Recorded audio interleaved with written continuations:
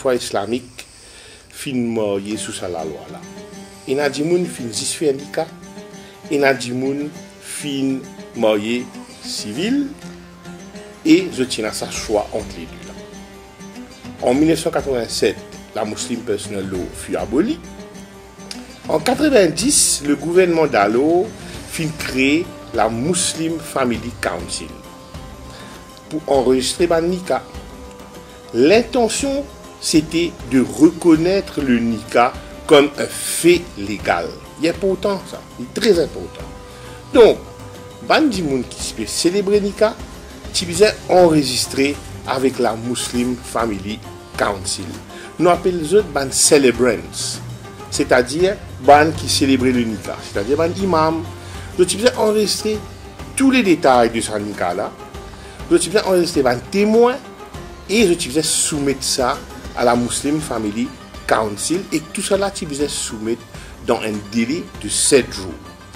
Donc, le but pour garder ça ban record là, c'est qui pour y ait un contrôle l'onika et pour qu'il y ait un mariage reconnu par l'État.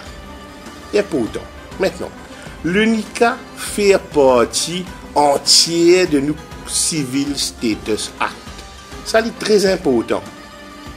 Section 33, il dit marriage celebrated in accordance with Muslim rights. Il y a plusieurs cas que le Nika est célébré auprès de la Muslim Family Council. Et n'a pas fini enregistré parce qu'il délaissait de là, il est trop court. Qui fait il est trop court parce que nous dans Maurice nous célébrons même un mariage pour une semaine. Mais quand on expecte dans une semaine qui peut célébrer le mariage là, puis vous avez fini à l'enregistrer. Souvent des fois il y a une réalité qui ne peut pas permettre ça l'enregistrement. Nous félicite le gouvernement qui finit faire la justice sociale et qui finit corrige une injustice du passé. Nous pouvons remonter un petit peu dans l'histoire pour faire un historique de ça la loi là et de la situation. En 1965 à 67, c'est la conférence constitutionnelle de Londres. Sa conférence constitutionnelle là qui décide la modalité de l'indépendance.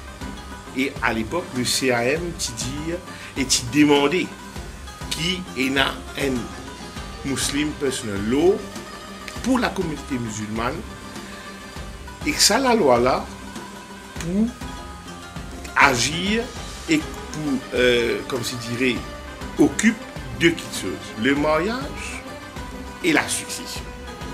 Donc fin arrivé qui en 1981 ça la loi là le code civil finalement dit à la demande du premier ministre Dallo qui finit introduire la Muslim Personal.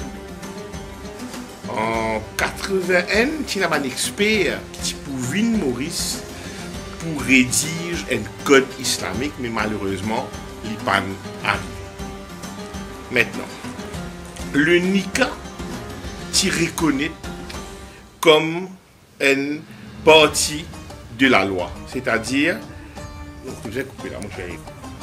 en 1965 à 67, il y a la conférence constitutionnelle de Londres. Les bons qui m'ont mauricien comprend.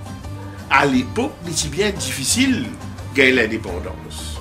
Donc, pour qui l'île Maurice fin gagne l'indépendance, le CAM d'Allo impose certaines conditions avec ses alliés, c'est-à-dire IFP avec le Parti travailliste, et qui dit une des bonnes raisons pour convaincre la communauté musulmane supporte l'indépendance. Et c'est grâce à sa contribution là que Maurice finit d'être indépendant aujourd'hui.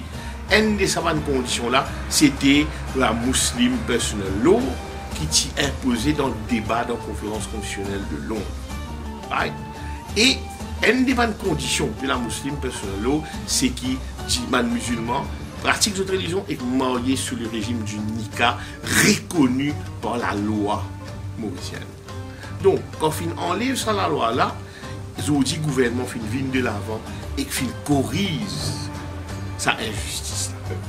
Qu'ils ont mariage indûment célébré et qui finit laisser enregistrer ce mariage à temps auprès de la Muslim Family Council et cet époux finit décédé comme veuve, je mérite un traitement juste et équitable comme tous les autres veuves civilement mariées. Ban qui finit dûment marié et ça n'a pas fini enregistré auprès de la Muslim Family Council, il est tout à fait juste qu'ils aient gagné l'occasion pour faire l'enregistrement et finalement être traités comme tous les autres veuves reconnues par l'État. Ça veut dire que ce gouvernement qui fait là, il peut corriger une injustice qui commet auprès de la veuve qui finit mariée sous le niqab et pas finir étant enregistré ce mariage. Donc, sa mesure gouvernementale là, finit largement applaudie comme une mesure sociale juste et équitable, finit applaudie par toutes les institutions musulmanes et islamiques et aussi d'autres institutions religieuses qui croient dans la justice sociale, qui croient dans l'égalité des gens, que pas besoin de faire dominer et une communauté la cause appartenance religieuse. Ça, la loi fin corrige sa dominée que tu peux faire là. Donc, je salue le Premier ministre et le gouvernement pour sa mesure qu'ils ont fin faire là. Un très grand merci. Donc, nous souhaitons que personne pas essayer de semer la zizanie et la division là, ça là, parce qu'ils sont extrémistes ou parce qu'ils sont agents de l'opposition ou d'autres partis politiques. Vous avez bien réalisé que l'île Maurice est un pays arc-en-ciel, que tout le monde vit comme un frère et sœur, que tout le monde prend malheur aux autres camarades comme autres malheur personnel, que tout le monde vit en harmonie. Et la cause de cette harmonie-là, que l'île Maurice dit, est un exemple de l'Afrique. Donc, encore une fois, je remercie sa mesure que le Premier ministre, le ministre des Finances, Mme Fazila et le gouvernement prennent pour mettre sa mesure là en place. Merci.